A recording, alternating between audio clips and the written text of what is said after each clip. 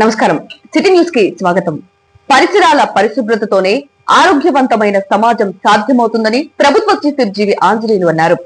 శనివారం శావల్యాపురం మండల ప్రజా పరిషత్ కార్యాలయం ఆవరణలో నిర్వహించిన స్వర్ణాంధ్ర స్వచ్ఛాంధ్ర కార్యక్రమంలో ముఖ్య అతిథిగా పాల్గొన్నారు.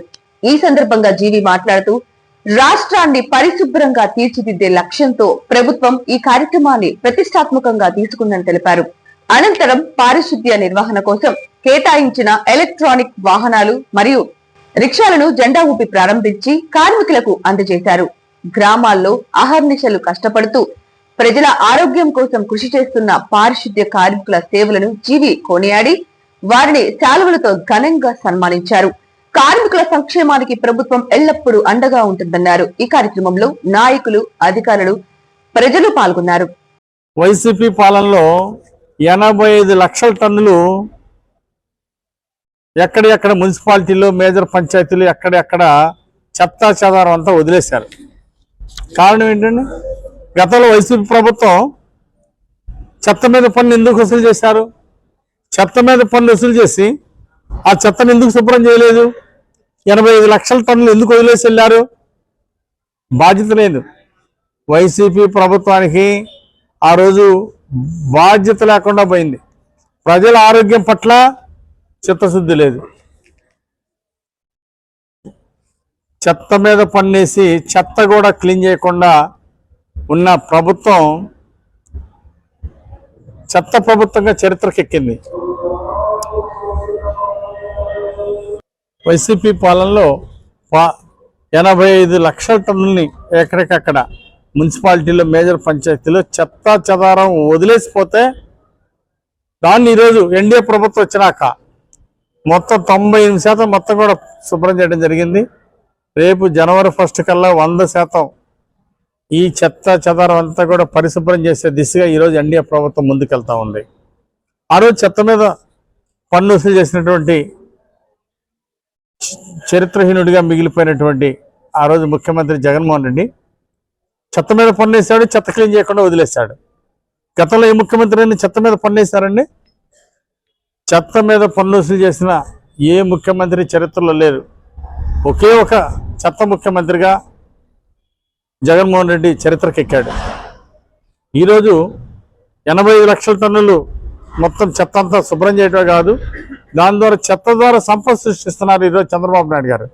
చెత్త ద్వారా కరెంట్ ఉత్పత్తి చేసి అది ప్రజలకు ఉపయోగపడే విధంగా ఈరోజు సంపద సృష్టించడమే ఈరోజు ఎన్డీఏ పాలనలో ఈరోజు ప్రజలందరూ హర్షించేటువంటి విషయం. మరుగుదొడ్లు మహిళల ఆత్మగౌరవాన్ని పెంచే దిశగా 11.75 కోట్లతోటి ఈరోజు మరుగుదొడ్ల నిర్మాణం పూర్తి చేయడం జరిగింది. 93% ఈరోజు మహిళలకు కావాల్సినటువంటి మరుగుదొడ్లు నిర్మాణం చేసి మహిళల ఆత్మగౌరవాన్ని కాపాడినటువంటి ప్రభుత్వం ఎన్డీఏ ప్రభుత్వం. ఈరోజు కోట్లాది మొక్కల పెంపకాన్ని ప్రోత్సహిస్తున్నాం. రాష్ట్ర వ్యాప్తంగా కోట్లాది మొక్కలు పెంచే సంస్కృతి ఈరోజు ముఖ్యమంత్రి చంద్రబాబు గారు ప్రోత్సహిస్తున్నారు.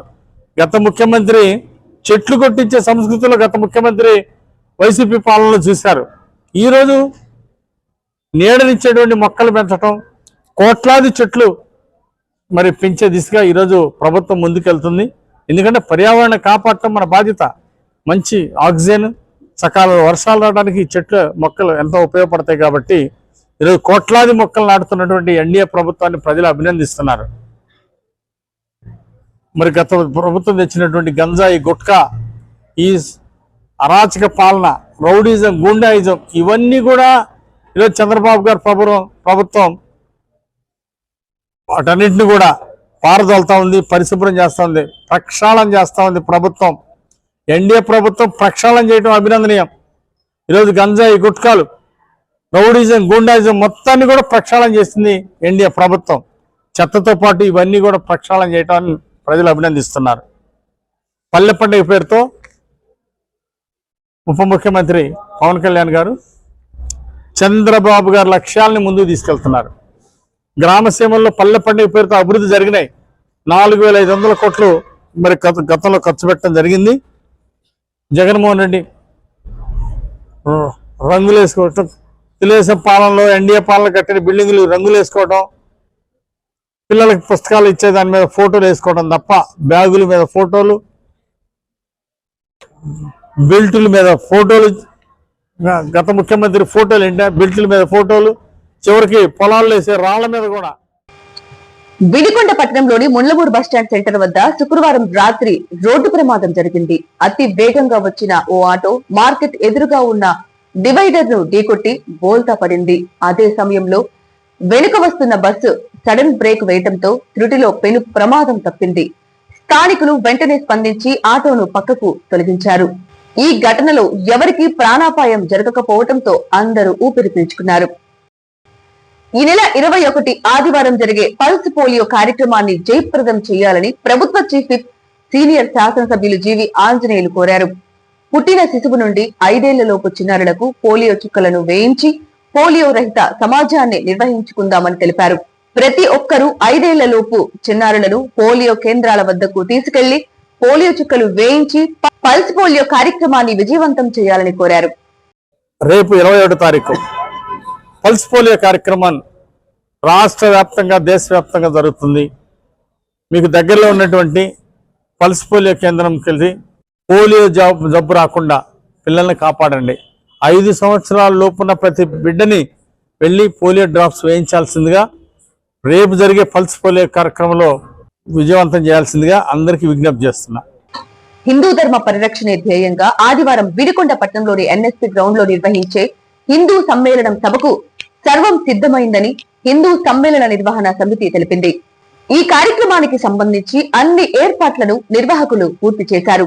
ఈ సందర్భంగా వారు మాట్లాడుతూ ధర్మరక్షణ కోసం ప్రతి ఒక్కరూ ఈ సమ్మేళనంలో భాగస్వాములు కావాలని నిర్వాహకులు పిలుపునిచ్చారు. ఈ సభకు వినుకొండ నియోజకవర్గం నలుమూలల నుండి భారీగా హిందూ బంధువులు తరలివచ్చి కార్యక్రమాన్ని జయప్రదం చేయాలని వారు కోరారు.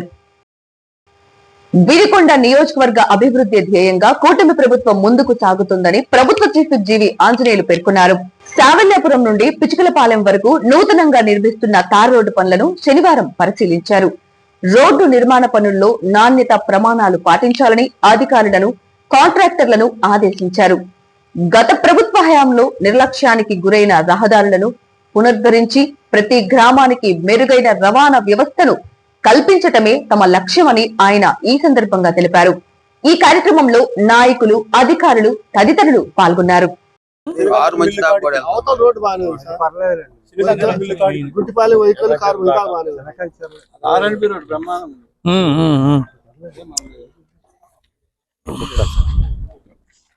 ఇప్పుడు ఈఎన్సీ గారికి లెటర్ పెడతాను, అందరూ ఆర్డర్ ఉండండి. వంట చూపించడానికి వచ్చాను నేను. మూమెంట్ ఇట్లా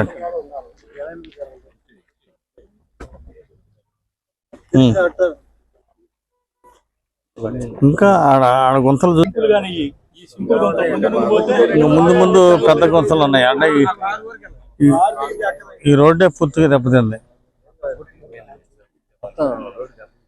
అటుపక్క పోయింది, మొత్తం కూడా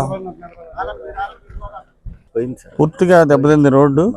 దీన్నే ముఖ్యమంత్రి గారి దృష్టికి, అలాగే ఉప ముఖ్యమంత్రి, పంచాయతీరాజ్ మంత్రి గారు పవన్ కళ్యాణ్ గారి దృష్టికి కూడా పెడుతున్నాము. ఈ రోడ్స్ అన్ని కూడా పంపించాము. పిచుకలపాలెం రోడ్డు పెట్టాము. విఠరాజపల్లి నుండి పిచుకలపాలెం మీదుగా చినకంచెలు వెళ్ళే రోడ్డు. ఇది ఫస్ట్ ప్రాధాన్యత ఇచ్చి ఈ వర్క్స్ పెట్టి ప్రపోజల్ పెట్టాం. దీన్ని మానిటర్ చేద్దాం. ఆంధ్రప్రదేశ్ స్కిల్ డెవలప్మెంట్ కార్పొరేషన్ ఆధ్వర్యంలో ఈ నెల 22వ తేదీన వినుకొండ ప్రభుత్వ జూనియర్ కాలేజీ ఆవరణలో మెగా జాబ్ మేళా జరుగుతుందని నియోజకవర్గంలోని నిరుద్యోగ యువతీ యువకులు సద్వినియోగం చేసుకోవాలని ప్రభుత్వ చీఫ్ జీవి ఆంజనేయులు కోరారు. ఈ నెల 22వ తేదీన జరిగే మెగా జాబ్ మేళకి 30కి పైగా ప్రముఖ కంపెనీలు వస్తున్నాయని తెలిపారు. 22వ తారీఖు జాబ్ మేళా జరుగుతుంది వినుకొండలో జూనియర్ కాలేజీలో. 35 కంపెనీలు, tech Mahindra, Tata company, Shanmukha agritech, Varun Motors, Mahindra company, ఇలాంటి మొత్తం 35 కంపెనీలతో జాబ్ మేళా జరుగుతుంది. 35 కంపెనీలు వాళ్ళ హెచ్ఆర్ డిపార్ట్మెంట్లు వినుకొండ వస్తున్నారు 22వ తారీఖు. సాఫ్ట్వేర్ కంపెనీలు అన్నీ కూడా వస్తున్నారు. కాబట్టి నిరుద్యోగ యువతి యువకులు, ఇంజనీరింగ్ చదివిన వాళ్ళు, ఇంటర్ చదివిన వాళ్ళు అందరూ కూడా వచ్చి, ఫార్మసీ చదివిన వాళ్ళు అందరూ కూడా వచ్చి 22వ తారీఖు జాబ్ మేళా ఉద్యోగ అవకాశాలు రాబోతున్నాయి. 1000 మందికి ఉద్యోగ అవకాశాలు ఇచ్చే లక్ష్యంగా ఈరోజు ముందుకెళ్తున్నాం.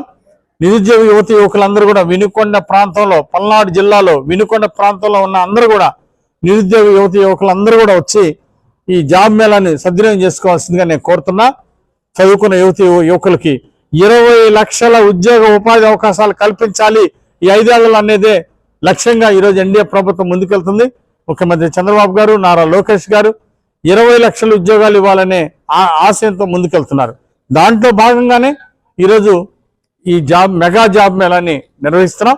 దీన్ని నిరుద్యోగ యువతి యువకులు సద్వినియోగం చేసుకొని మంచి ఉద్యోగాల్లో ఉన్నత శిఖరాలకు ఎదగాలని ఆకాంక్షిస్తూ 22వ జాబ్ మేళాని సద్వినియోగం చేసుకోవాల్సిందిగా కోరుతున్నా. Thank you.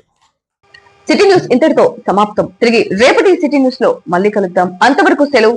నమస్కారం.